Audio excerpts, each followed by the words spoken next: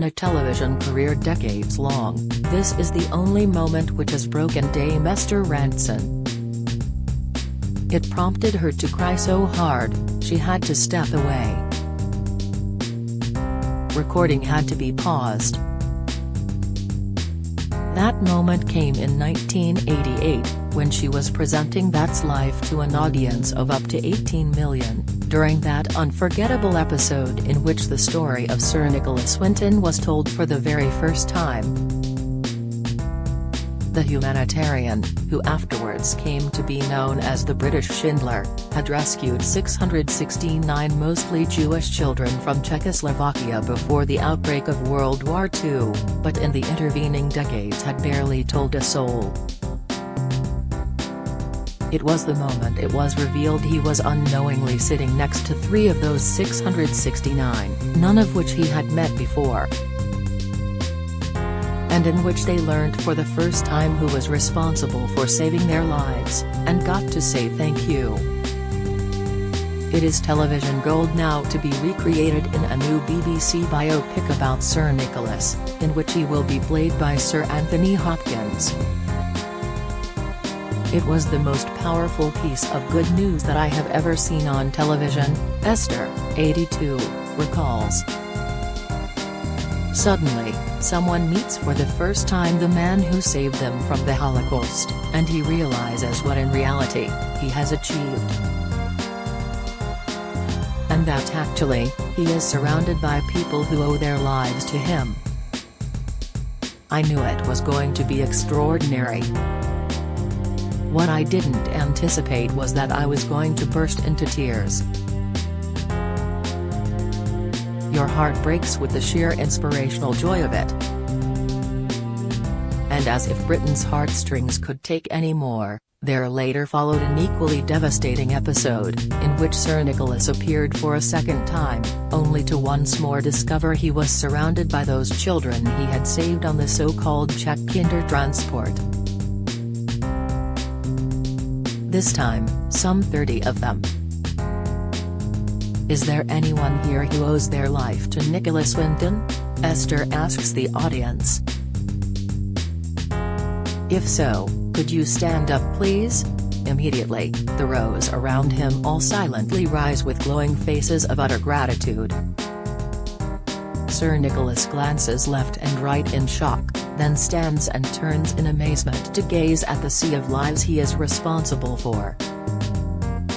7 years after Sir Nicholas' death in 2015 aged 106, Sir Hopkins will emulate that astonishing moment, too, stressing his desire is to inspire similar support for Ukrainian refugees.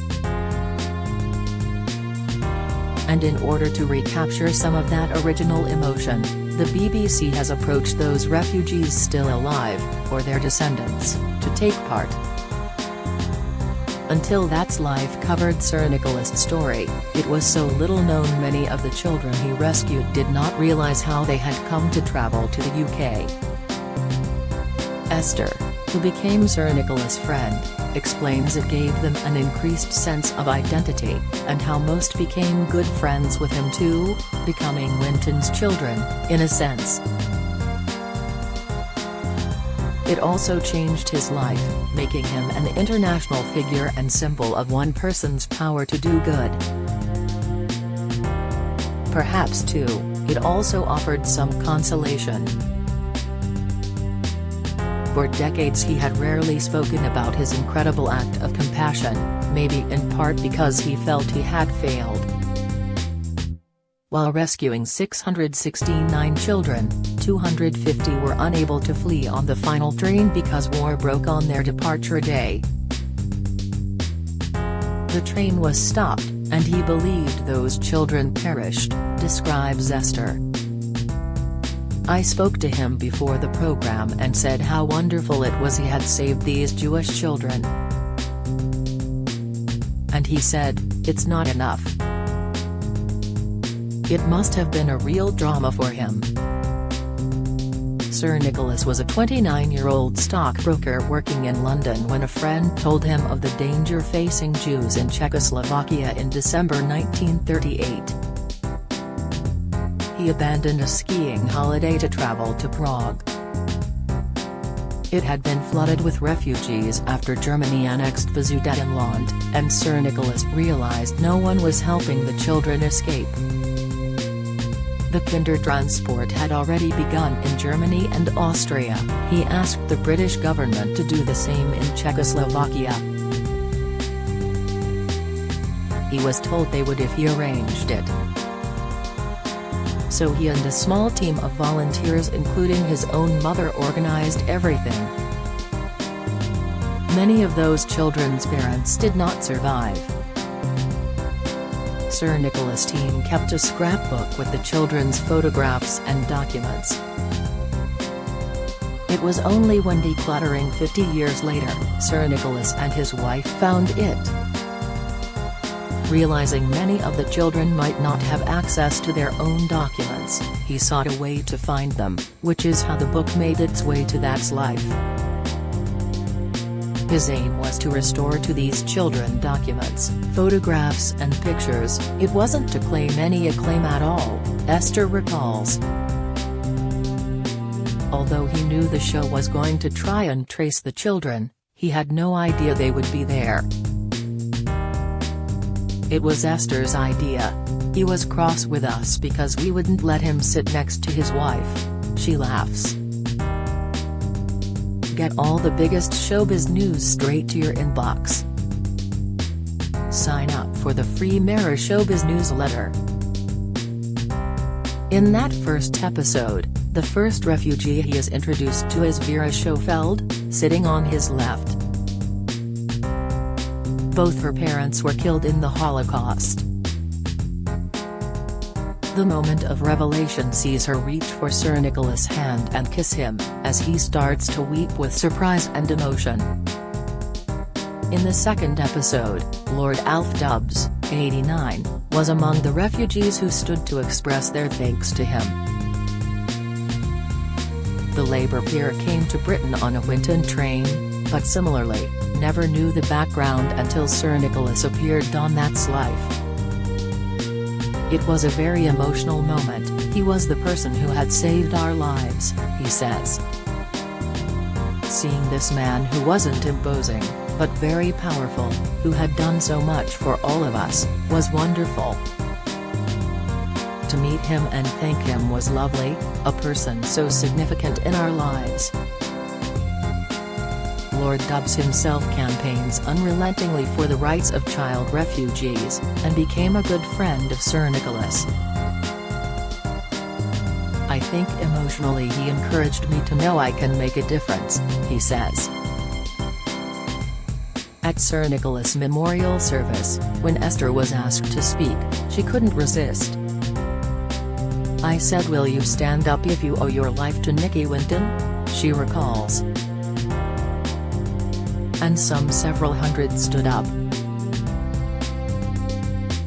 Lady Milena Grenfell Baines: It was a miracle to find this man who had saved my life. Lady Milena Grenfell Baines sat to Nicholas Winton's right-hand side, feeling increasingly more unreal as Esther Rantzen explained to a TV audience how this elderly stranger had saved Milena's life, and those of 669 other children. The Czechoslovakian refugee knew she had come here by train aged 9 in August 1939 to escape the Nazis, but she'd never had any clue how that came about. Now, in this first now famous That's Life episode revealing Sir Winton's story, she was learning it was thanks to the sheer determination and humanity of one Englishman, and that was the man she was now to turn to say a heartfelt thank you. She was overwhelmed, clutching the brown cardboard identity label she had traveled with around her neck on the journey to freedom, one of the few items she had left of her past life. She embraced him, feeling his absolute surprise and reciprocated deep emotion. Now 92, living in Preston, she explains, "This was the first time we were told there was a person behind our escape. I had never questioned how I got on that train. It was surreal," Esther explaining what had happened, "overwhelming. It felt unreal in a sense, to find you are sitting next to someone who saved your life. Having married and had 2 children, 2 stepchildren, 4 grandchildren and 4 great-grandchildren, she felt keenly they all owe their lives to him. Sir Winton became a great family friend. It was a miracle to find this man, and he became a part of my life, and my children's lives. It brought everything back and I began connecting not only with him, but my whole past. It's when I began visiting my home country again, she says. Milena escaped on Sir Winton's final train with her 3-year-old sister.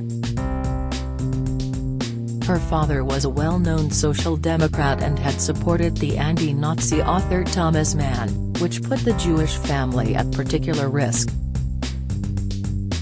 Thankfully, her father also escaped to Britain, and her mother the following year.